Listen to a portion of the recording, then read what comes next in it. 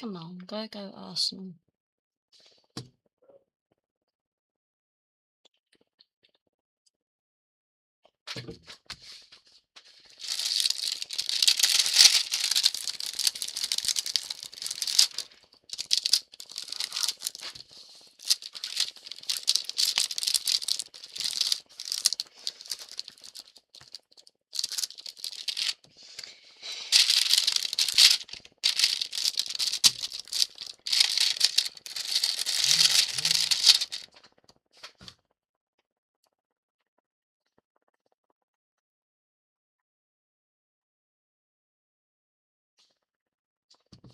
Get into the groove, keep watching this too.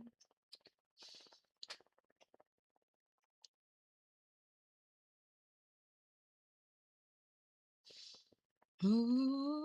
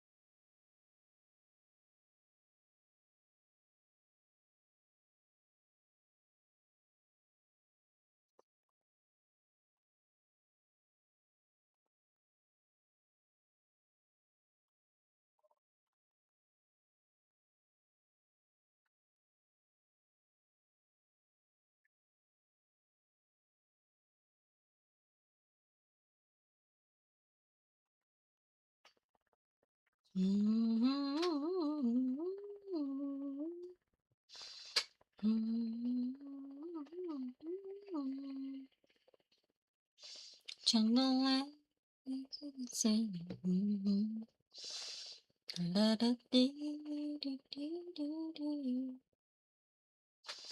It's similar to that song.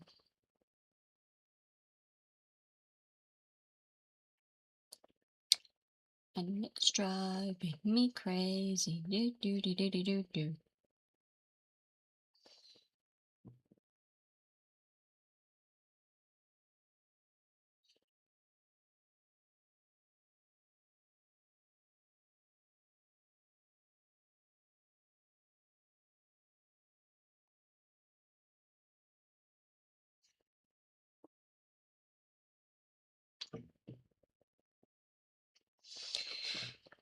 Oh la la la, I love you, baby. Ooh la la la la.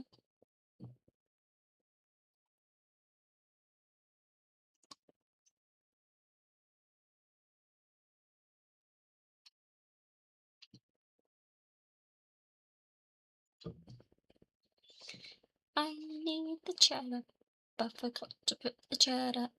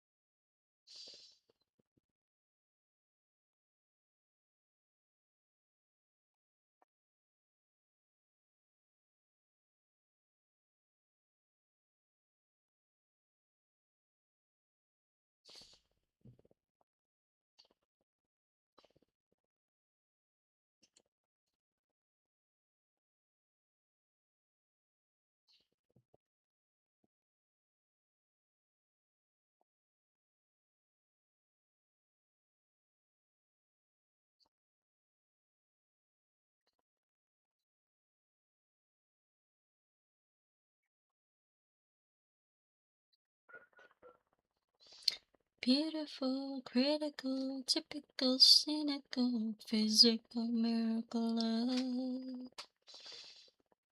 Beautiful, critical, typical, cynical, physical, miracle love.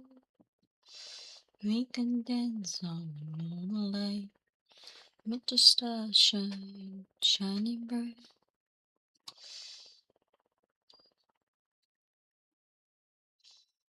We keep a day up at night by the moonlight.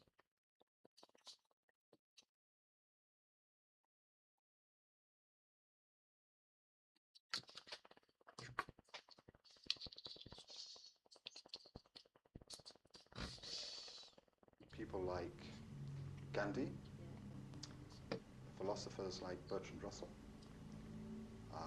present-day people like Prince Charles, who's socially aware, to people like Bob Geldof. But I admire them, I don't idolize them. I think it's a total difference. No. Do you have anything for the future? Financially and career-wise, I've achieved what I've wanted to achieve. Yeah. I'm just now looking for what the next thing should be. Chilling. Found it very chilling. John Cannan is a liar. He is a cunning, evil man, and I personally believe that Mr. Cannan is Mr. Kipper. The policeman leading Britain's biggest ever manhunt believes the man at the dating agency is the sinister Mr. Kipper, the abductor of missing estate agent Susie Lamplugh. She disappeared 16 years ago.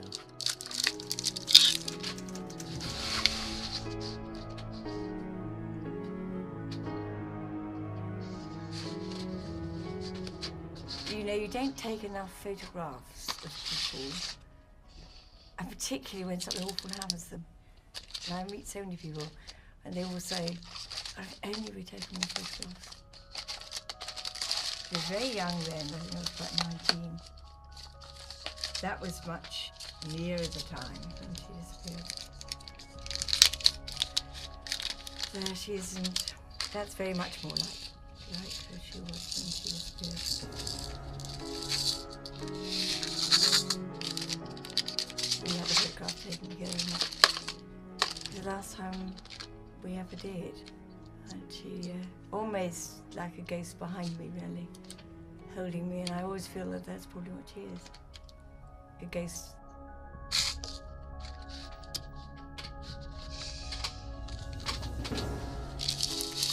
The last time I saw her was, in fact, just before my birthday. She'd given me a marvellous birthday present in a hotel and going to the theatre, and she wanted to know all about it, and we sat down and chatted and talked. She was doing such a lot of things, and she'd had a wonderful time windsurfing. You know, like all mothers, aren't you ever doing these things? And she said, no, Mum, life's for living. And I walked with her to the car. I do remember waving, and the next day it was just as though she'd been rubbed out by rubber. Susie Lamplugh disappeared into thin air on a beautiful summer day in July 1986.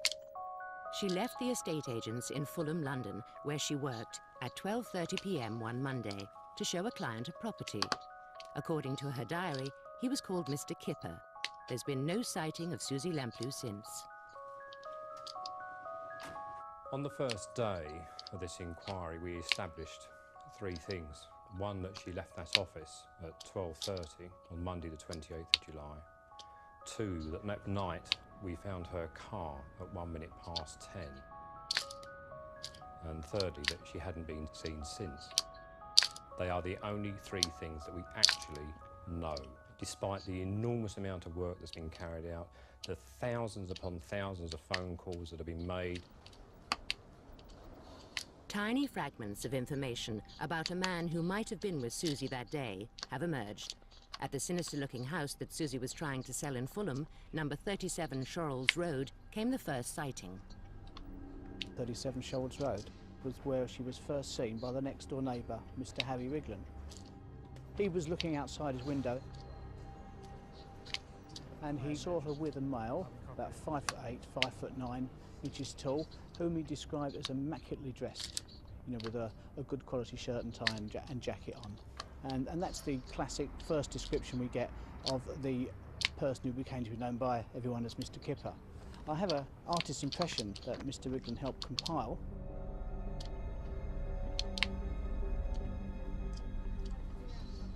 Another witness saw Susie in Shorrolds Road that lunchtime with a mysterious Mr. Kipper. He said she was with a man, or a man was nearby, and he was a very smartly dressed public schoolboy type, was the words he used. But the other significant thing was he said he was holding a bottle of champagne. An identikit was made up as a result of this witness information. A man answering to the description of the aristocratic Mr. Kipper may also have been spotted with Susie in Stevenage Road, Fulham. It was here her car was found abandoned in the evening. There was Mrs. Jagoda left her house number 139, and she walked along Stevenage Road. And I saw a girl standing, I saw a car. In the car, it was a straw hat, which amazed me because it was quite posh. She also saw nearby a very well-dressed male, suntanned, business suit. Had a short hair, quite brown short hair, it was tanned, it was quite good looking.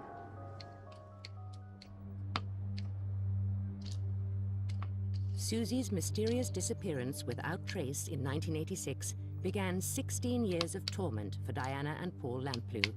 Always in the background of their vigil has been the publicity from a clamorous and excited media that has helped keep Susie's memory and her case alive.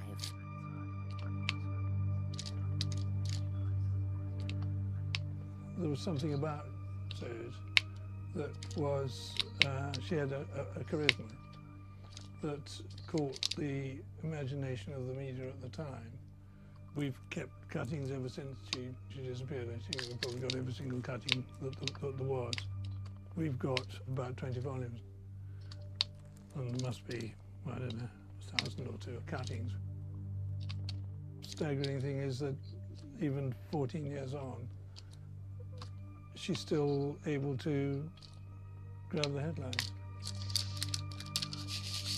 We've always tried to tape news about Susie, and this happens to be the first recording of Susie shortly after she disappeared. Diana's very good at expressing what we feel. We almost hope to think that she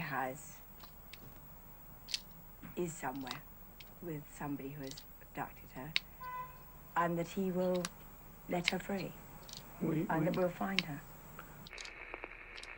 For a mother whose beloved daughter has been missing now for 6 weeks, the stress rarely shows. Despite her anguish, Mrs. Diana Lamplugh types a poignant, moving letter to her daughter Susie, who may never read it or even still be alive. Perhaps it might jog somebody. Do you believe that Susie is still alive? I don't expect to hear a phone call now, no. Now, the service at All Saints Church this Saturday is a memorial service. Have you given up hope of ever seeing Susie found alive?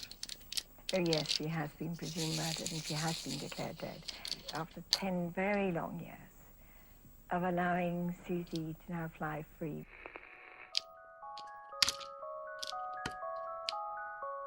Next, police make the first tentative link between the man on the dating agency video and Susie Lamplugh.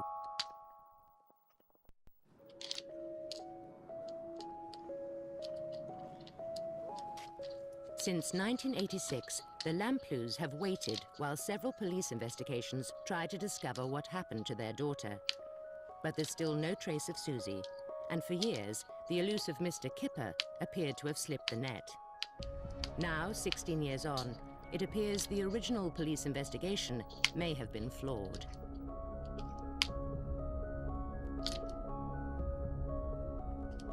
From the beginning, the wrong picture of Susie was issued. She's shown with dark hair. On the Friday before Susie disappeared, her hair had been tinted blonde.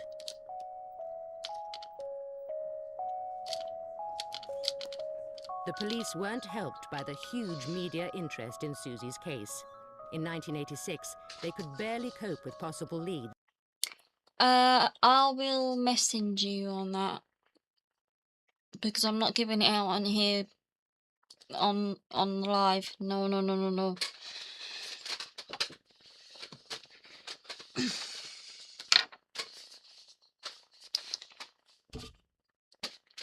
Hang on, I message you.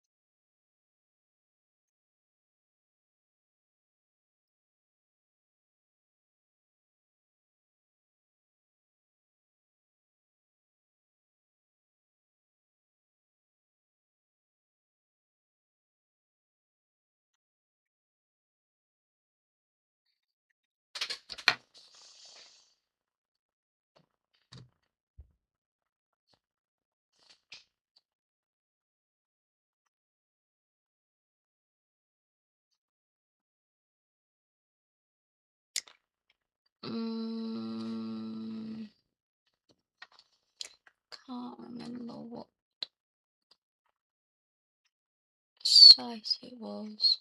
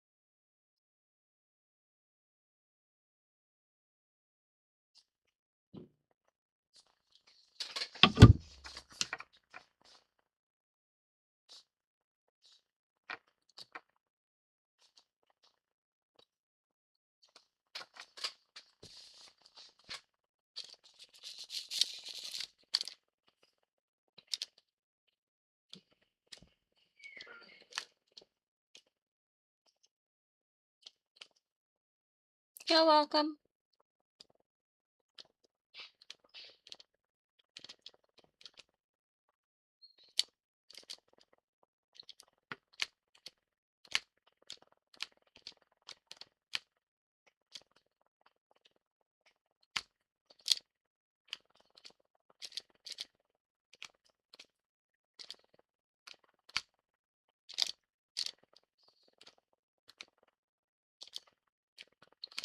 That's why I don't say anything where I get him from.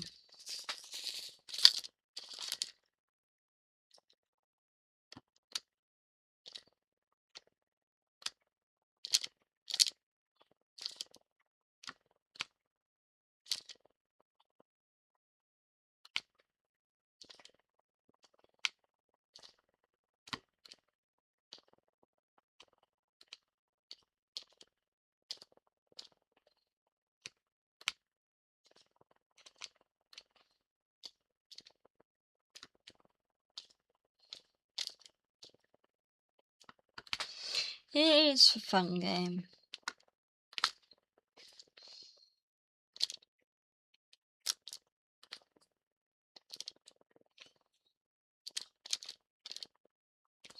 Trouble is, we want to play in other games too, but because of the lag, some of them has timers on them. The games, they have timers on them, like 30 seconds, and then that's it.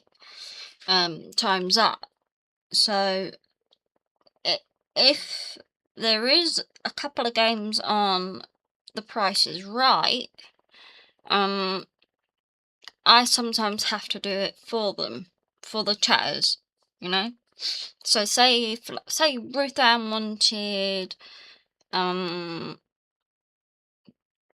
Bonkers or what's the other one? Yeah, exactly. You have a lag between their chats and yours. So that's why I try and avoid anything with timers. So I have been searching for the ones with no timer on them, but it's the same goes with Millionaire. So it's like you can't.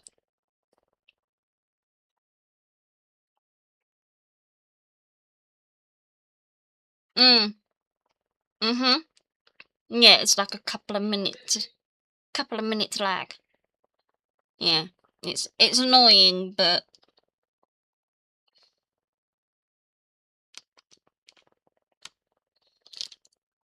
I do try.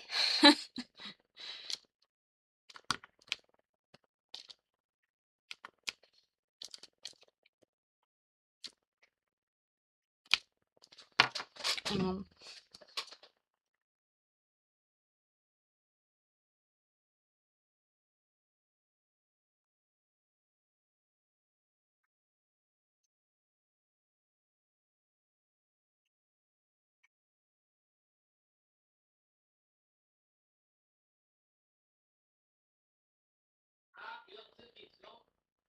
All right, okay. Hang on.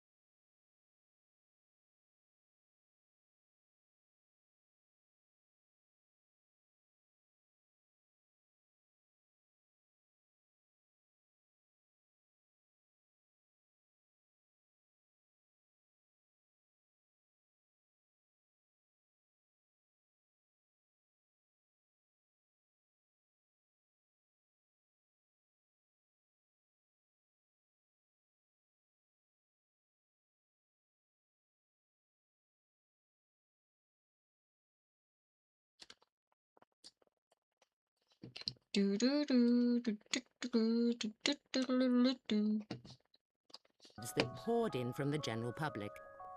People rang up and wrote letters to us suggesting possible suspects. And all these you couldn't ignore. Even 16 years after Susie disappeared, the Lamplugh family are still bombarded with letters from the public claiming to know her whereabouts. Oh, we get letters all the time. We still do. We've had thousands altogether. This one I didn't like. It's saying, "I'm writing to you basically to give you advance warning of the capture of your daughter's killer." They might be right, and that's where one has to read them. And we've now handed them all over to the police. At the beginning of the investigation, the police put all their leads onto an old-fashioned card index system. In the first year alone, the police were handling an amazing 26,000 cards without computers. We used a manual system to record our data. There's nothing wrong with that system. Everybody knew it, everybody understood it, and everybody could access it, and it worked for us. From the beginning, Susie was treated by the police as a missing person, so known criminals were not at the top of the investigation list.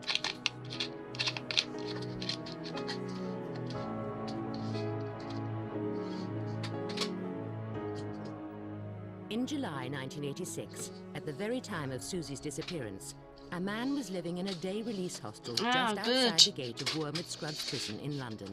He was coming to the end of an 8-year prison sentence for rape and robbery. His name was John Cannan. We did have John Cannan in our system already. He just didn't feature highly enough. We researched lots and lots of known criminals, those with previous convictions for abduction, sexual assaults, murders, those types of crimes. So we had him and many, many others in our system as well. And in 1986, the police were handling so many leads from the public, they were seriously overstretched. It would be a year before they realized the artist impression of Mr. Kipper resembled John Cannan. In July 1986, Susie Lamplugh was selling in London's frantic housing boom. Meanwhile, John Cannan was leaving his prison hostel each day to work as a porter at a theatrical prop hire company. His work colleagues, unaware he was inside for rape, remarked at his uncanny ability to attract women. We went down to an off-licence, and he got into a conversation with the young lady there about wine. He said he was having some people round to dinner, a little celebration. He said he didn't know a lot about wine, so would she help him choose the appropriate wines? In the course of this conversation, she explained about the wines and told him what her favourite ones were. At the end of it, he bought an extra bottle, gave it to her for all her help. She seemed quite grateful. Went back there the next week.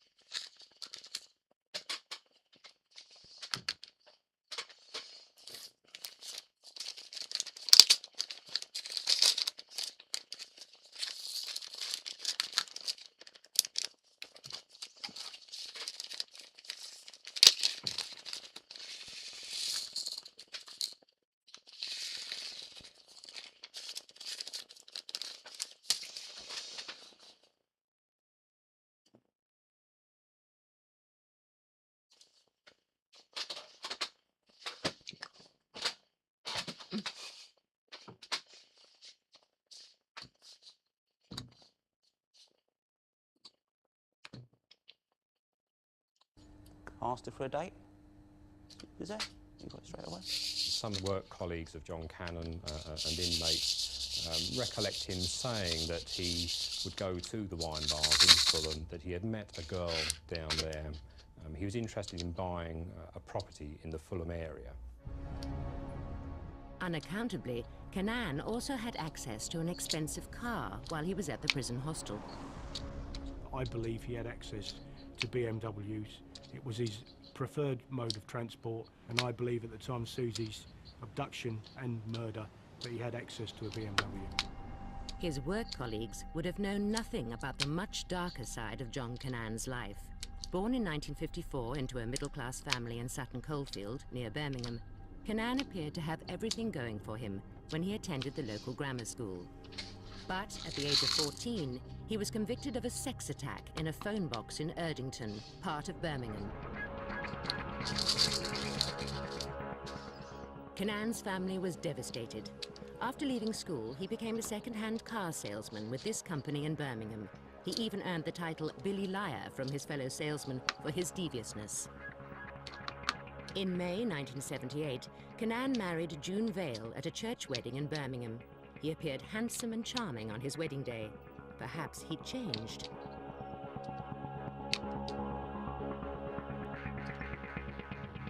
But shortly after this, police began investigating a series of unexplained rapes in the Birmingham area. A mysterious man was visiting houses with for sale signs and attacking their women owners.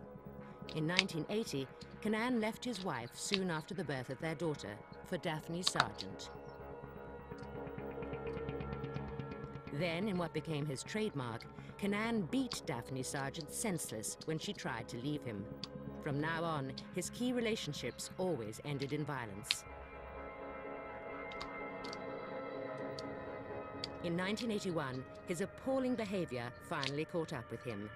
After brutally raping a woman in a shop in Four Oaks in Birmingham, John Cannan was sentenced to 8 years at the Birmingham Crown Court.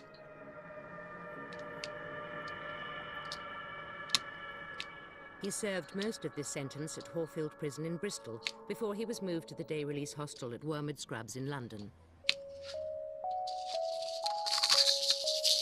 In 1987, a year after he left the prison hostel and a year after Susie Lamplugh disappeared, John Cannan had devised yet another crafty method to find girls, through a dating agency. Now, what do you look for in a pervert that would attract you? Well, I think apart from the physical side,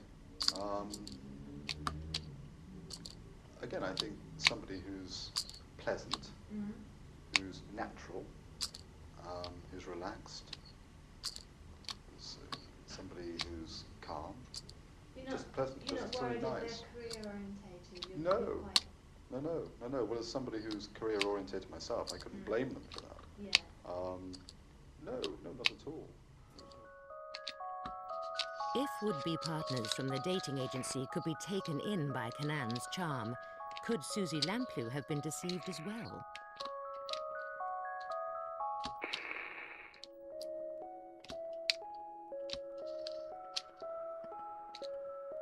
In the dark days following the disappearance of Susie Lamplugh in July 1986, the identity of Mr. Kipper was still a mystery. The Lamplughs, however, did have tiny scraps of information about a man they now believe was stalking Susie. She had lots of boyfriends, but she didn't seem to like this one. This one frightened her. She told us she found a man very scary. She told us that he was giving her lots of flowers and bringing him up, and he wanted to take her out. And I said, do you think that's wise? Because won't it escalate? And she said, no, Mum, I can cope. And I think that the likelihood is that she was a victim of somebody who was a serial stalker. In those days, unfortunately, Susan gave us no information to identify anybody, and we didn't. I mean, obviously, we now wish that she had.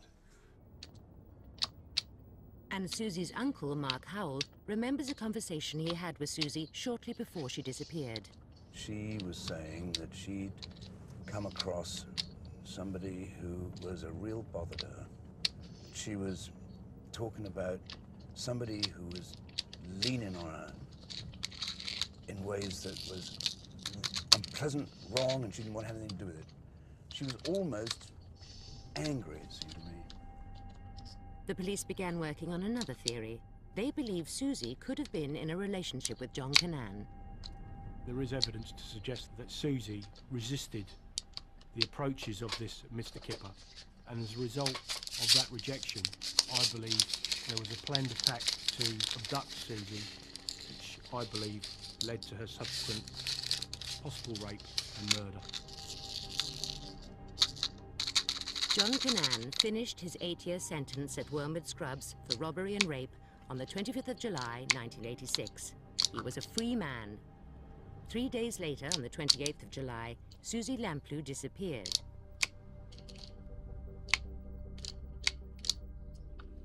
Then John Cannan moved to Bristol and rented a flat near the Avon Bridge. John Cannan was putting himself up as a businessman from the Bristol area. Why Bristol?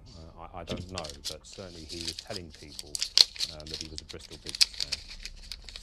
Cannan brought several girlfriends to dine with him at the Avon Gorge Hotel, and it was also here that he met and began a relationship with ice skating star Gilly Page.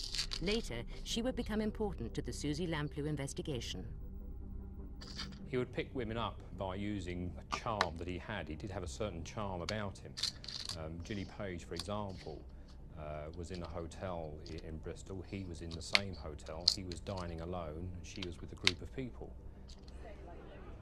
He caught her eye and then sent a bottle of champagne over to her with a note on it saying, "Meet me on the terrace at 9:30. She did, and that was the start of a relationship. But Gilly Page didn't know John Cannan was also a vicious criminal. 9 months earlier, he had raped a housewife in Reading. Arrested as a suspect, Cannan had managed to wriggle out of the charge. A few months after meeting Gilly Page and using the name John Peterson, he slipped into the Suitor dating agency in Bristol to get more women. Now, if you could choose to live in any period of history, which would you choose? Elizabethan. Oh, you would like to go back in time? Yes, I think so, Yeah? Elizabethan. So why, what's it about the Elizabethan? I think a ruff would suit me. Right. Tights and a sword. I can see me on some bridge or some galleon, being a pirate. Yes, I can handle that. At this time, it was hard to believe John Cannan could have been a murderer. He was actually very nice. I thought he was attractive, well presented. He had a smart suit on, and he came across as a very confident and probably fairly aggressive person. But I did actually quite like him. But John Cannan's life of playboy businessman in Bristol was about to come to an end.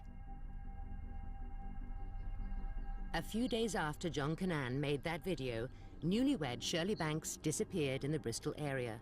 A massive police search spanning several weeks revealed nothing. Then, 3 weeks later, at Leamington Spa, 80 miles from Bristol, a man was caught trying to rob and rape 2 women in a clothes shop. It was John Cannan. It was whilst he was committing a robbery in Leamington Spa that he was arrested, and it was discovered that there was a connection between him and the murder of Shirley Banks. Shirley Banks's body was later found miles away in Somerset, her skull crushed by a rock. It transpired that John Cannan had abducted Shirley Banks, sexually abused her, and subsequently murdered her, and disposed of her body down a small ravine. John Cannan had held Shirley Banks in his flat near the Avon Bridge for 18 hours before murdering her. Cannan had been caught because of a vital clue found in his briefcase. A small scrap of paper had been found, which, when it was unravelled, turned out to be the tax disc off of Shirley Banks's car. With that scrap of paper also came the first link between John Cannan and Susie Lamplugh. John Cannan had taken the mini motor car belonging to Shirley Banks and put it in his garage. He had crudely repainted it, but significantly had changed the number plates. And the number plate he changed from HWL 507N to the letters SLP 386S. That to us was very significant. Clearly the letters SLP could have stood for Susie Lamplugh. Had the killer of Susie Lamplugh at last been found?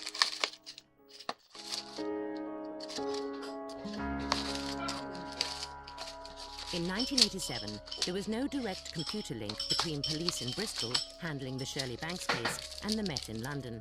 The first connection between John Cannan and Susie's case was made by the Lamplughs and the media. It was through the likeness of the photo fit that we had issued. It was John Cannon's likeness to that, but there was speculation again from the media that he could be the mysterious Mr. Kipper. Mike Barley and other detectives hurried from London to interview John Cannan in Bristol. But the Met officers knew they had little concrete evidence. I was talking to John about the Mini that belonged to Shirley Banks, and in particular, the number plates. I remember saying to John, why had he chosen the letters SLP, and did he understand the significance of those letters? And he said yes, he did. And I asked him to explain. And he said, I understand that it could be interpreted as Susie Lamplugh, the letters SLP. Are you getting there? And again, I said to him, explain the significance of those letters. He said, I bought that car off of a Bristol businessman for £100. He said, that man is in a lot of trouble. I said to him, John, you are in a lot of trouble. You're in prison. He said, yes, but he said, that man committed the murders of Shirley Banks, Susie Lamplugh, and another girl. And I said to him, is that man you, John? And he said, yes. He then said, no, no, no, and retracted it very quickly. And stood up and we had a break because he was very emotional. And I went outside and said to my colleague, he said yes, he said yes. And Mike was quite excited about this, but I have to say I wasn't. I mean, I don't want you to think I'm being negative on this, but I genuinely thought that he had made a mistake. And after a few minutes we went back in there and tried to recover the moment, but the moment couldn't be recovered. I actually believe, and honestly believe, that for that very brief moment in time, that John Cannon was telling the truth. In 1989, John Cannan was sentenced to life in prison for the murder of Shirley Banks and the rape of the Reading housewife. The trial judge told him, you should never again be at liberty outside of prison walls. But Bristol police running the Shirley Banks case had been anxious to distance themselves from the difficult Susie Lamplugh investigation. The Metropolitan Police have looked into the missing girl, Susie Lamplugh. They, in fact, interviewed Cannon about it, and I know that they've spoken to you about it. My understanding is there is no evidence to connect him at the moment. I've been asked of any connection between Mr. Cannon and a Miss Lamplugh. We're all aware of the speculation there has been in the recent past. So far as my client is concerned, his instructions are that he has never met the lady.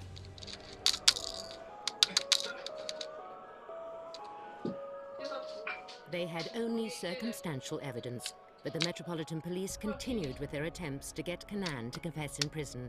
It turned into a battle of wits. John Cannon was very experienced at being interviewed by police, clearly because he'd been arrested many, many times during the course of his life, and knew how to turn an interview. He made sure he found out the Christian name of the interviewing officer, the detective chief, and kept calling him by his Christian name. So he would use any chance that he could to turn the interview around.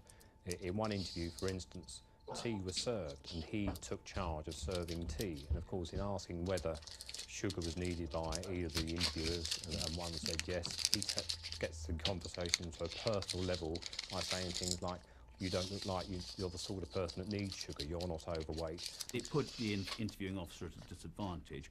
And also, Cannan kept asking him questions, which he then started answering, and there was one point where he was actually having to defend the way he'd been conducting his investigation.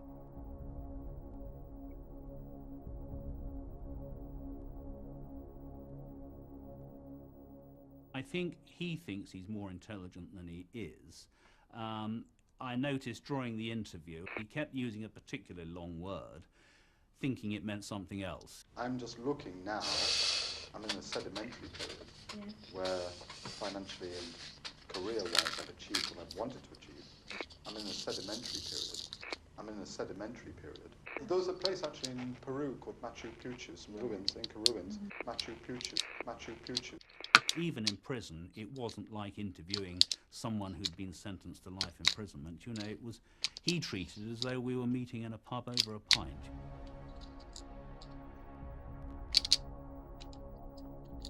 Psychiatrists have had a look at John Cannon, and one of them quite poignantly said to me that this is a man who can dispose of a human life with as much emotion as you and I throw away a coffee wrapper.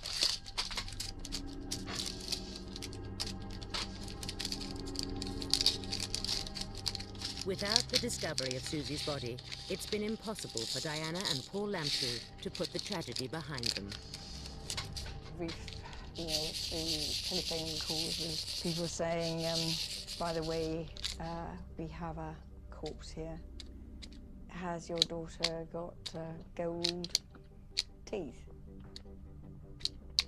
And then we've had another one saying, we've got parts of her body here skinned. How long were her legs? That's very tough.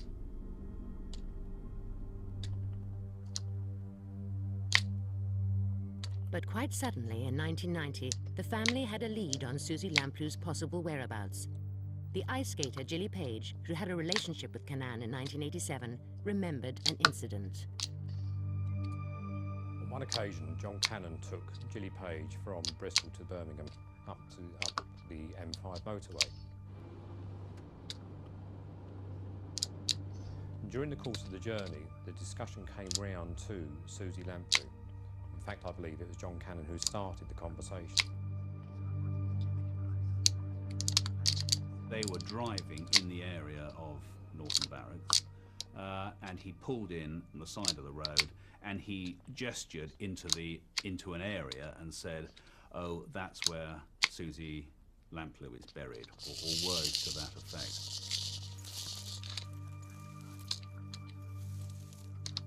And shortly after that, John Cannon took Gilly Page to what appeared to be a deserted army barracks.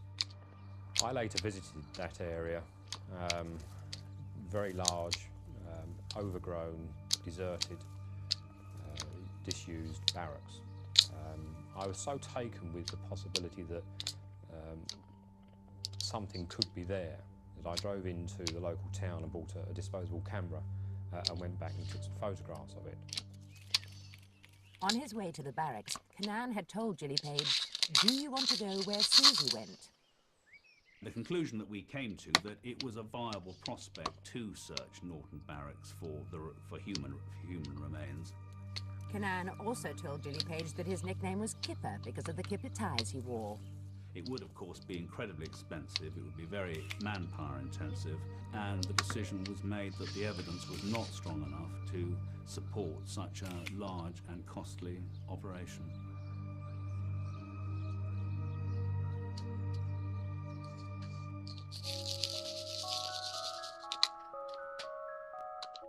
With no confession from the imprisoned John Cannan, and without Susie's body as evidence, the police by 1990 were no further forward.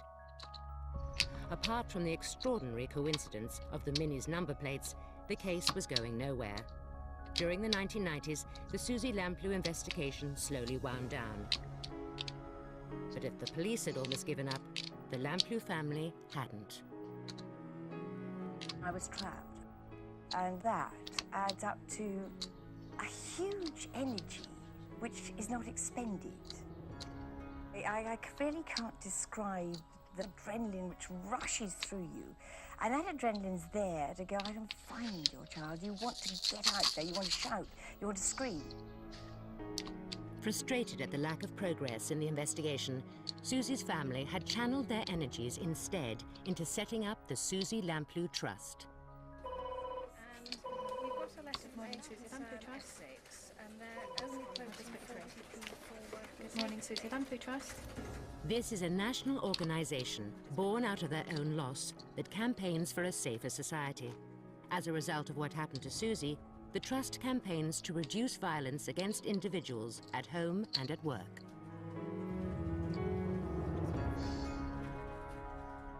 We work for everybody, for people out and about, that's you, me, our kiddies, grannies, etc.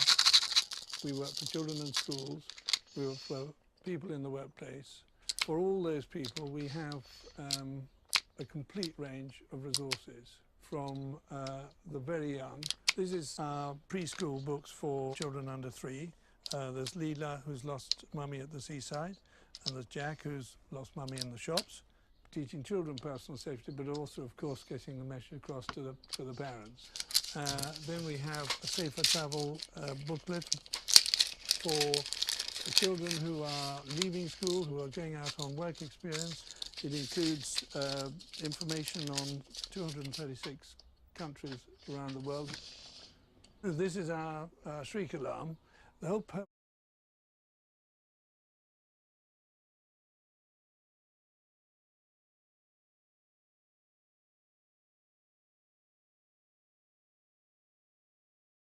I think it's a quite remarkable legacy.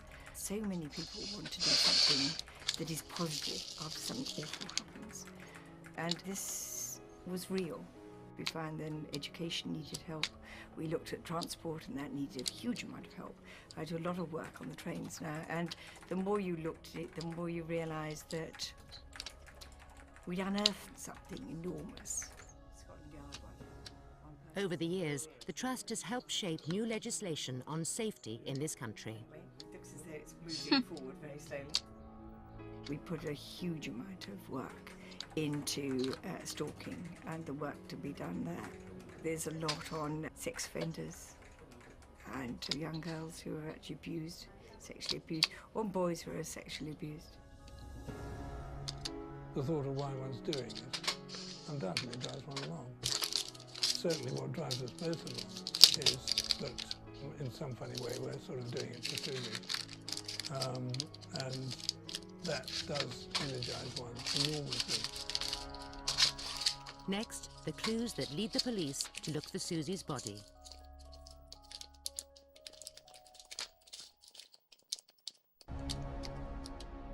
In the year 2000, John Cannan was serving life for the murder of Shirley Banks in a top security prison in Yorkshire. It was a long way from his fantasy lifestyle. Now, is there any other country in the world you'd like to live in? Switzerland. And why would that be? It's just a beautiful country. Mm-hmm. It's clean, it's precise. And it's the great And driving it's distance just, for everything, isn't it? well, yes, that's right. Of course, it's a fulcrum, if you like, of Europe. It's a fulcrum, if you like, of Europe. Even though he was serving a life sentence, as far as the media were concerned, Cannan was still the chief suspect in the Susie Lamplugh mystery. In the summer of 2000, 14 years after she disappeared, the police put a new team on the case. It was part of the Met's policy to try to solve outstanding cases. The new investigation was headed by Detective Chief Inspector Jim Dickey. Our main term of reference, in essence, was to eliminate or implicate John Cannan. And the more we looked at it, it was more likely he was going to be implicated than eliminated. And that is true to this day. These are the original card index system. In summer 2000, the new investigating team began by computerizing the 26,000 entries in the original card index system. They're talking about thousands of card indexes. You can imagine the time required to search in any of these, and obviously there's a potential for human error as well. In my view, would have overwhelmed them. 14 years on, the police made a startling discovery. Other estate agents in the Fulham area had been visited by a man calling himself Mr. Kipper. I believe John Cannan visited a number of premises in Fulham and probably elsewhere on the pretext of being a potential buyer. I believe it was done with the purpose to look at potential victims for abduction and murder. The original dark-haired picture the police issued of Susie was then changed to the correct image with blonde highlights. Almost immediately, a new witness came forward. He remembers jogging in Fulham on the 28th of July 1986, the day Susie disappeared. He saw a woman with blonde hair struggling with a man in a BMW. And I came out of the park to be met by a BMW. which tore across the road, come to a halt with somebody with their hand on the hooter pressing it for a very long time. As I stood there, I saw a blonde young lady. She looked as though she was laughing, or she could have been screaming.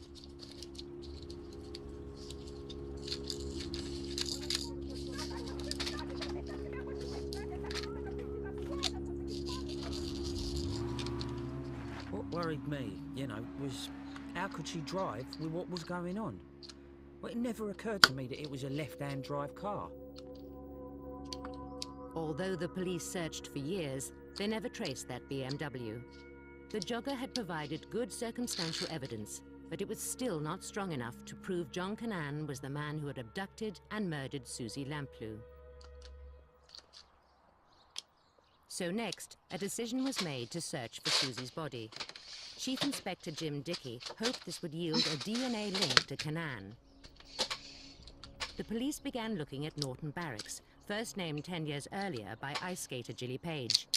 It was the area detectives Barley and Addy had once suggested was worth searching. Well, it's an experience which I'm not exactly looking forward to. I mean, I know she's dead. I know she was dead long ago. I don't exactly relish finding out what precisely happened. We might feel that we were very relieved, and we might feel that it was very nice to be able to put Susie to sleep. The team faced the costly task of searching a huge area for a body buried years earlier.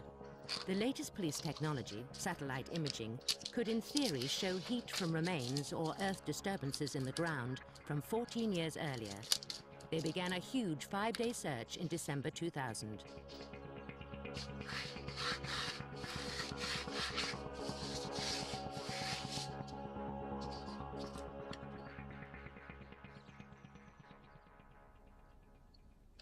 It would be lovely for me to be able to hold her hand and to some way be able to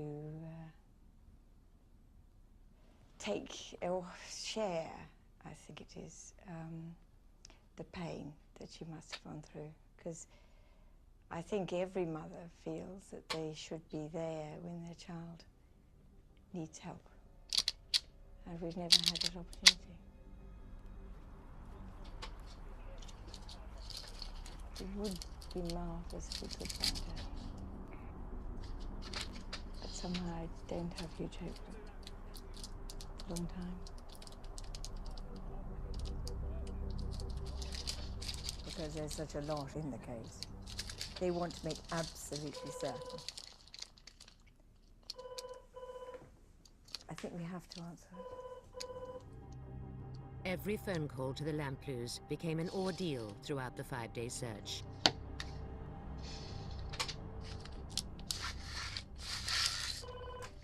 Paul Lamplugh?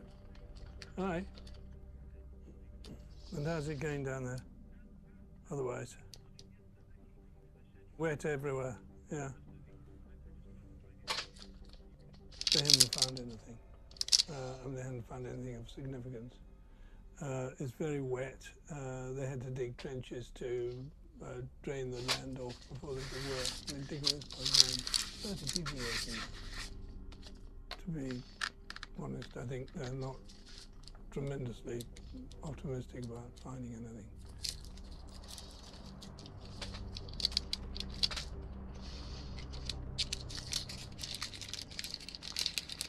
What's the latest on the search? What's happened today? Well, the search is now finished. They've done everything you possibly could. They haven't found her. I would be amazed if they could do that for this length of time. I didn't realise quite how disappointed I was until I got a phone call this morning, and I didn't realise how much inside me I was hoping. Detectives are questioning a man tonight about the murder of the estate agent Susie Lamplugh. John Cannan was tonight being questioned at London's Hammersmith police station. Suspicion of kidnapping and murdering her. In December 2000, John Cannan was brought from his prison cell to face an exhaustive series of new police interrogations in London. Detective Inspector Stuart Alt did the questioning. John Cannan was certainly not the John Cannan that I had seen, having viewed the dating agency video. He's put on weight, clearly he's 15, 16 years older, and the condition that he was in certainly wasn't the smart, debonair young man that he depicted in that video. They've simply told us that it's been going extremely well, and that he has been talking. And they're not looking for anybody else. He hasn't been talking about Susie in the sense that he's been saying he's done it, but I understand that they've put scenarios to him which he has discussed. His body language convinced them that it is him. It is literally cat and mouse in dealing with him, but one advantage I had when I interviewed him was the benefit of his techniques from research of his previous interviews. But if Mr. Cannan wishes to protest his innocence both for Susie Lamplugh and Shirley Banks, we may draw a parallel between those two. We know he's abducted and murdered Shirley Banks, and he stands convicted, and I feel that is the same for Susie Lamplugh. They're going to search two other places. There's a place where Shirley Banks was thrown, and there's another place which we don't know yet. When John Cannan murdered Shirley Banks in 1987, he disposed of her body in a remote area in Somerset, aptly named Dead Woman's Ditch. In May of 2001, it became the focus of another search, this time for Susie Lamplugh. The police were exploring a new theory based on the figures in the new number plate Cannan had fabricated for Shirley Banks' Mini, SLP 386S.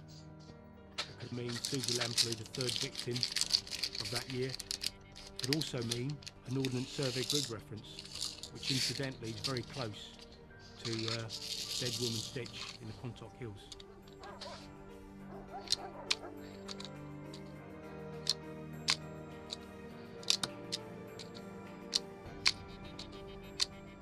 But in spite of another massive and costly effort, the Metropolitan Police search team found nothing.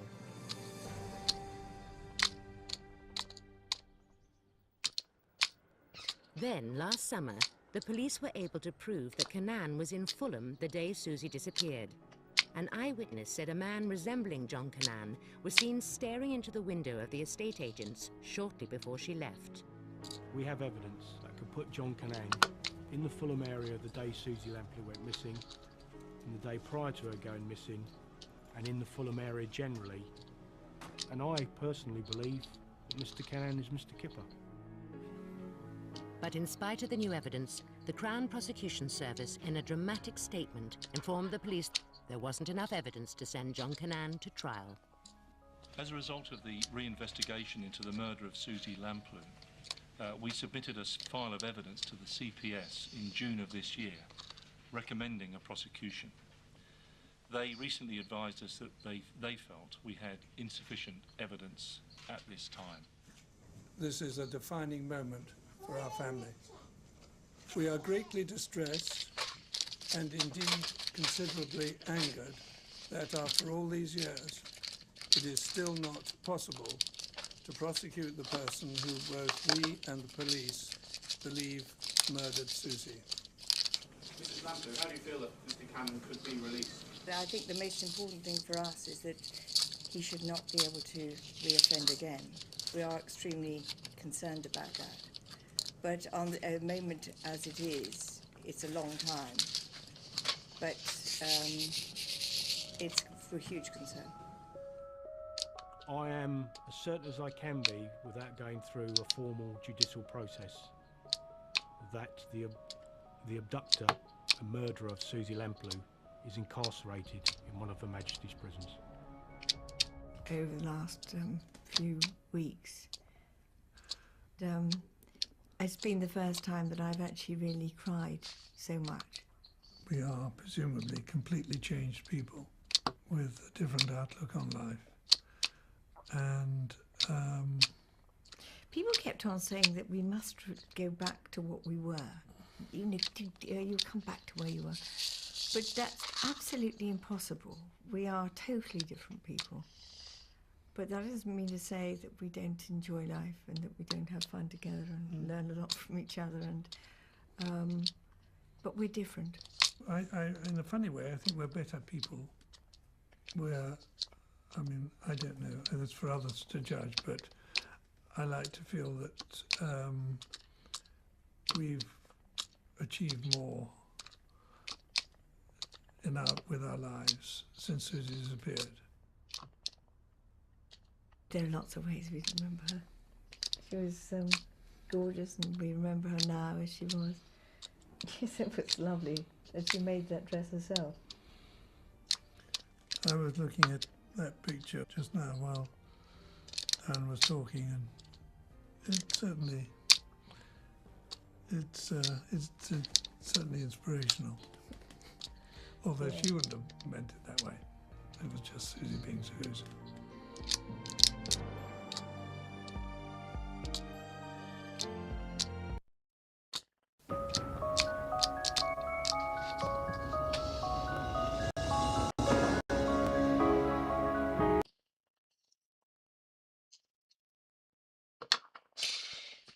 Alright, just do this little bit and then I'll call it.